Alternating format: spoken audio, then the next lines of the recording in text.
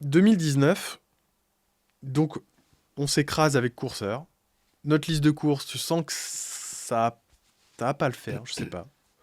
En tout cas, j'avais gagné un stand au Salon des services à la personne en novembre 2019. Donc moi, j'arrive, j'ai mes belles affiches sur les listes de courses d'un nouveau genre. Hmm. Et là, les services à la personne, donc c'est un salon, les services à la personne, j'en dis deux mots, c'est toute une économie de services qui se fait à domicile chez des gens. L'exemple type, c'est faire du ménage à domicile. Ça rentre dans la catégorie des services à la personne. Les cours, le soutien scolaire, si tu le fais à domicile, ça fait partie de la liste. L'aide au lever pour les personnes âgées, l'achat de courses, tout un tas de services, ça s'appelle les services à la personne. Et il y a vraiment une économie avec plus d'1 million de personnes qui travaillent dans ce secteur-là. Les aides-soignants, alors c'est un peu différent. c'est un autre terme que c'est ça, ouais. Ouais, donc dans les services à la personne, tu as le soin. Bon, je vais catégoriser en le soin et le prendre soin. Donc le soin, en français, c'est vraiment la santé, tout ce qui est infirmier. Okay.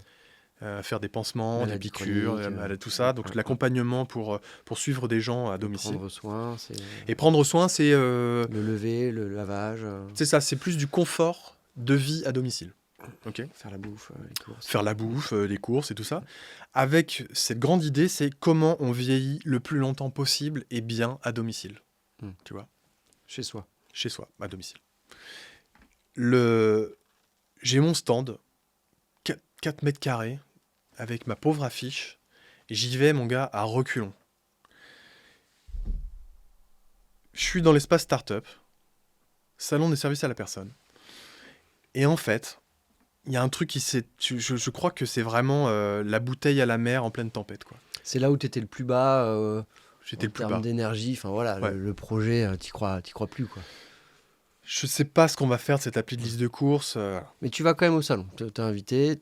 J'ai pas payé un stand de 4 mètres carrés, tu respectes, tu vois. Et parce qu'on est issu de la Silver Echo. T'es pas au fond de ton lit. Non. Je suis pas au fond de mon lit, ouais. Je me rappelle même pas dans quel état d'esprit j'étais, mais j'y vais vraiment à reculons. En fait, j'y vais tellement à reculons que j'ai mis du scotch avec 2 affiches sur un stand de 4 mètres carrés. Moi, je passe devant un stand comme ça, je dis, oh putain, le pauvre gars, quoi. Et en fait, t'as des dirigeants d'établissements de services à la personne, qui sont soit des associations, soit des entreprises privées. Vous connaissez O2, Général des Services, APEF, ADMR dans les campagnes, pour ceux qui sont plus en zone rurale. Ils passent, je pitch, et ils me disent « Ah, c'est sympa votre appli de liste de courses, mais nous, le vrai problème, c'est le paiement. » Ok, bah vous faites comment ? Alors ils me racontent « Ah, ben on prend la carte bleue de la personne âgée avec son code. » Ah oui, avec son code.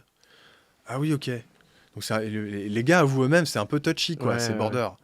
On a des histoires. Il y a des histoires. Bon, voilà, tu ouvres la porte. Tu peux aller faire des choses sympas avec une carte bleue, hein, tu vois. Surtout, en fait, sur des personnes vulnérables. Bah, oui. Et ça, je l'entends 1 fois, 2 fois, 3 fois, 4 fois.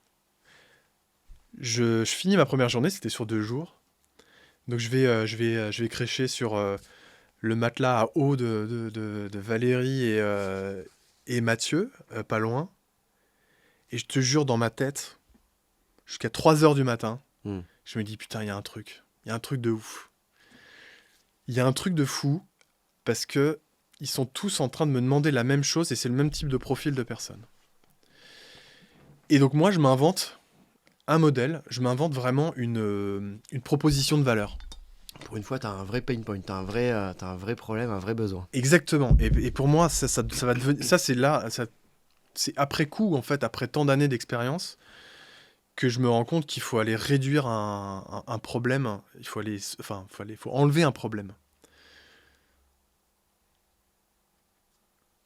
Le lendemain, je crois que je suis pas de la journée sur mon stand, parce que je vais pitcher mon nouveau service qui n'existe pas à plein de stands de service à la personne. Ouais, tu fais le commercial et tu vas parler à tout le monde.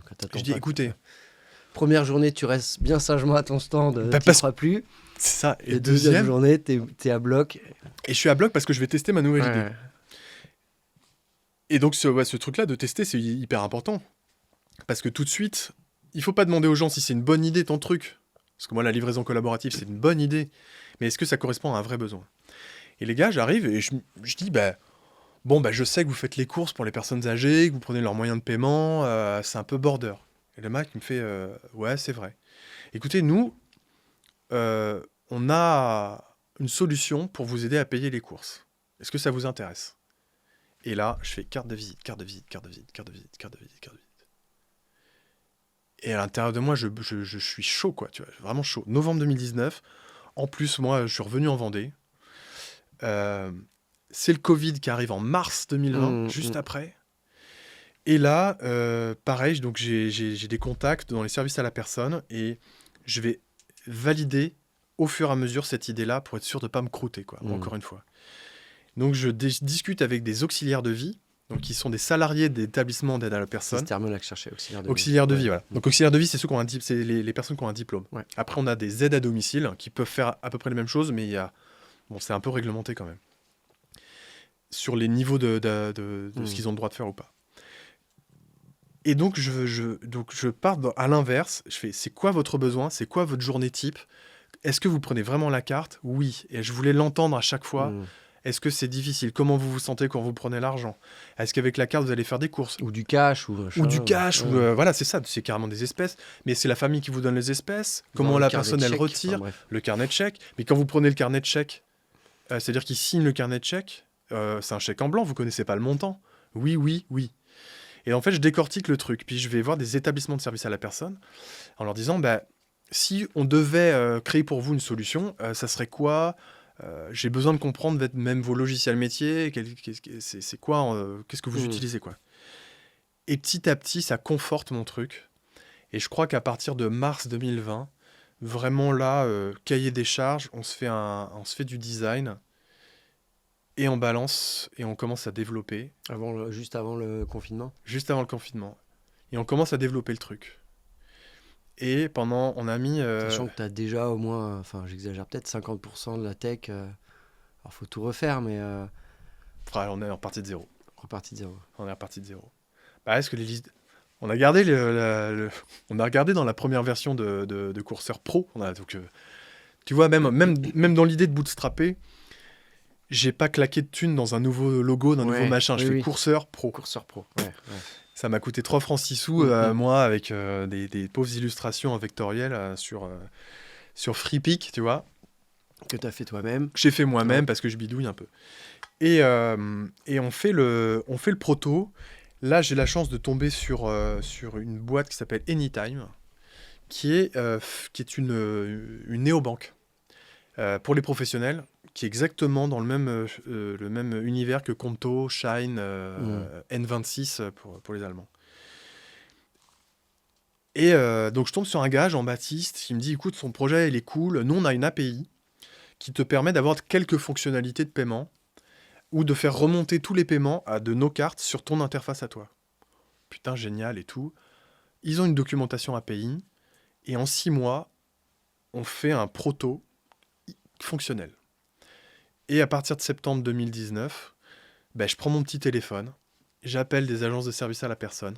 Septembre 2020 Septembre 2020. Donc là, tu as ton produit, tu as eu le temps de développer ton produit entre mars et septembre. 6 mois, on a fait le truc. Tranquille au chaud.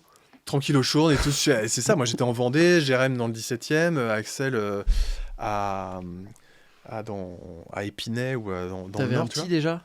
Non, t'étais pas encore... Non, c'était en cours de prépa, okay. Quoi. Septembre, je vois que Alors, le Covid, nous, ça nous a fait du bien parce que les services à la personne ont été obligés de se mettre à la visio. Alors que probablement il aurait fallu que je me déplace pour les rencontrer. Ouais. Je fais des visios, je montre le produit, et là, tu sens tout de suite « Ah, c'est super votre truc, pourquoi vous existez que maintenant? Ça fait des années qu'on galère. » Première visio septembre, rentrée, avec notre proto, donc 2020. Et là, tu sens qu'il y a un truc qui est en train de se passer parce que t'es pas en train de pousser pour vendre un truc, quoi. Et t'as des gens qui te disent en face, Ah mais nous, mais c'est la merde. On devrait pas prendre la carte bleue des personnes âgées. C'est vrai que on devrait pas faire ça. Décembre, premier client, Marina Rivas, directrice des affaires financières d'un réseau qui s'appelle APEF, qui ont 60 agences. Et là, elle me signe 20 agences. H d'or Service Poitiers, on s'était déplacé, Céline Godet. Elle fait, oh, c'est génial. Elle faisait des chèques à ses salariés avec son propre chéquier, à ses salariés qui devaient passer au bureau en voiture, puis ensuite aller faire des courses, puis ensuite ils devaient refacturer aux clients et tout ça. Mmh. Ils perdaient 20 heures, 30 heures. Ouais. Et il faut savoir que dans ces métiers-là, c'est pratiquement que des humains. Et donc le taux de marge, le Oui, oui. bénéfice est vraiment hyper faible. Mm, mm. Tu vois. Puis des process Process pas digitaux à pas l'ancienne. digitaux, pas très numérisés, Et quoi. c'est pas un public C'est ça. non plus. Céline Godet, elle nous prend 10 cartes. Marina Rivas, ils nous prennent 100 cartes pour 20 agences, tu vois. Ils payent. Ensuite, je rentre dans... Tu vois, donc début 2021, je rentre dans un des syndicats majoritaires c'est la Fédération des services à la personne, la Mhm. FEDESAP. Je rentre dans le truc, je commence à avoir pas mal de bienveillance, parce qu'on est nouveau, mais on est utile. Petit communiqué à tous leurs adhérents, 10 clients de plus.